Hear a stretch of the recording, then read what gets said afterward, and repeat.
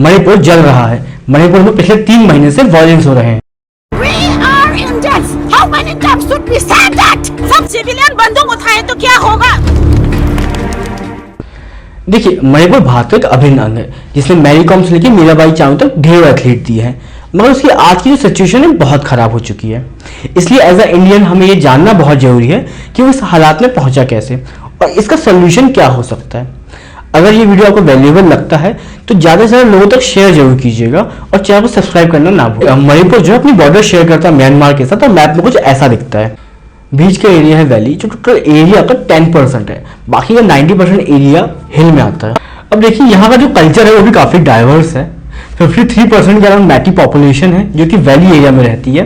बाकी hill area में cookies, Nagas, other tribes रहती हैं जो कि 40% के अराउंड आता है। अभी का जो करंट वायलेंस है वो स्टार्ट होता है मई 2023 से। हुआ यूं कि हाईकोर्ट ने स्टेट गवर्नमेंट से कहा कि मैती कम्युनिटी सन 2023 से बहुत बार रिक्वेस्ट कर चुकी है अपने एसटी स्टेटस के लिए, तो अब सेंट्रल गवर्नमेंट से बात कीजिए और डिसाइड कीजिए कि उनको स्टेटस देना है या नहीं। अब जैसे ही ये जजमेंट पास होता है, मैती कम्युनिटी और कुकी कम्युनिटी की जो पुरानी लड़ाई थी वो वापस से स्टार्ट हो जाती है। अब ये समझना बहुत जरूरी है कि लड़ाई स्टार्ट कहां से हुई, तो इसके लिए हम समय थोड़ा पीछे चलते हैं। देखिए, मणिपुर में 3 ट्राइबल कम्युनिटी रहती है, मैती, कुकी और नागा। अब देखिए, ट्राइबल कम्युनिटी खास बात क्या है कि वो एक ग्रुप बना के एक जगह पर रहना पसंद करती है और इन सभी कम्युनिटी के अपने अपने इंसर्जेंट ग्रुप्स भी हैं। जैसे अगर कुकी की हम बात करें तो Kuki national army, Zomi reunification front, Meitei में people's liberation army of Manipur, वहीं नागा में national socialist council of Nagaland. अभी के टाइम पे 40 से भी ज्यादा एक्टिव इंसर्जेंट ग्रुप है जिन्हें ये अपनी आर्मी मानते हैं और इनकी गवर्नमेंट से अलग अलग मांग रहती है। स्टार्टिंग में तो क्या हुआ कि ये सिर्फ गवर्नमेंट के खिलाफ थे, मगर धीरे धीरे ये आपस में लड़ना स्टार्ट कर देते हैं। इसी कारण 1980 में मणिपुर को डिस्ट्रिक्ट एरिया घोषित कर दिया जाता है और वहां पर आफ्सा लगा दी जाती है। देखिए, सबसे बड़ी प्रॉब्लम क्या होती है गवर्नमेंट को इनसे डील करने में कि एक इंसर्जेंट ग्रुप से बात कर तो दूसरा हथियार उठा लेता है। इसी कारण से कोई भी गवर्नमेंट इनसे बात नहीं करना चाहती है और डिस्कशन को टालती रहती है।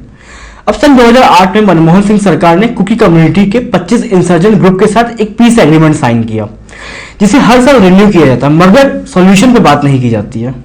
2017 के बाद जब 2022 में बीजेपी सरकार वापस आती है तो सीएम बनाया जाता है एन बीरेन सिंह को। अब देखिए, मणिपुर विधानसभा में 60 सीट्स हैं, 10% वैली एरिया में 40 सीट्स आती हैं जो कि मैती कम्युनिटी के पास है और 90% हिल एरिया में 20 सीट्स आती है जो कि कुकी कम्युनिटी के पास है।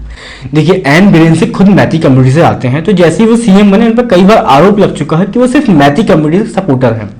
और एन बीरेन सिंह ने भी कई बार कहा है कि हिल एरिया में अवैध रूप से अफीम की खेती की जा रही है जिससे खतरनाक इलीगल ग्रुप्स एक्टिव हो रहे हैं।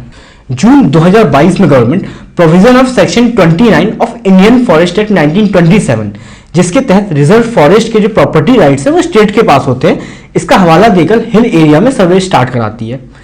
इस बात से कुकी कम्युनिटी कहती है गवर्नमेंट हमारे खिलाफ इलीगल एक्टिविटी कर रही है क्योंकि मणिपुर के जो हिल एरियाज है उनको आर्टिकल 371C के तहत स्पेशल राइट्स दिए गए हैं, मगर गवर्नमेंट नहीं सुनती है और एविक्शन स्टार्ट किया जाता है फरवरी 2023 में, जिससे 200 से भी ज्यादा लोग बेघर हो जाते हैं। Now so many family members, more than 200 family members have been rendered homeless.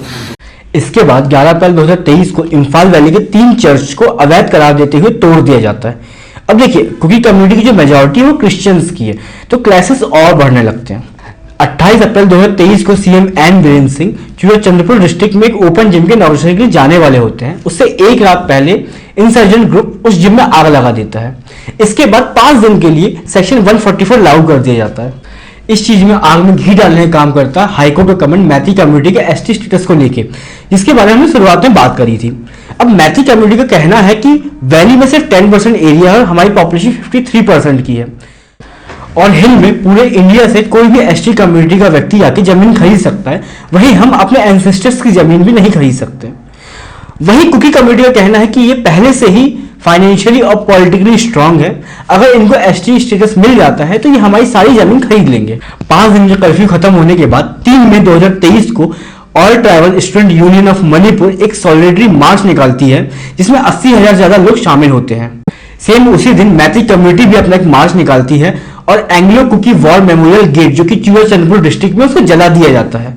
इससे इन दोनों ग्रुप में जो वायलेंस है वो शुरू हो जाता है। अब देखिए, इन इंसर्जेंट ग्रुप के पास खुद के वेपन्स हैं, तो सिचुएशन जो है बहुत अलग हो जाती है।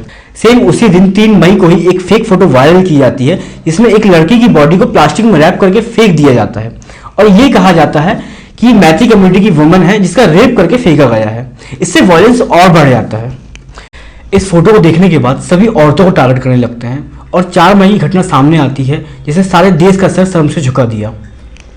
इस घटना का वीडियो 79 डेज बाद वायरल होता है और हमारे आदरणीय प्रधानमंत्री मोदी जी जो कि अब तक चुप थे उनको भी बोलना पड़ता है। देखिए, इस समय मणिपुर में आर्मी ने डिप्लॉय कर दी गई है मगर हालात पहले से कुछ बहुत ज्यादा बेहतर नहीं हुए हैं। स्टेट गवर्नमेंट की बात करें तो वो पूरी तरीके से फेल हुई है और मीडिया जो इस इंपॉर्टेंट टॉपिक को ना दिखाते हुए ये सब दिखा रही है।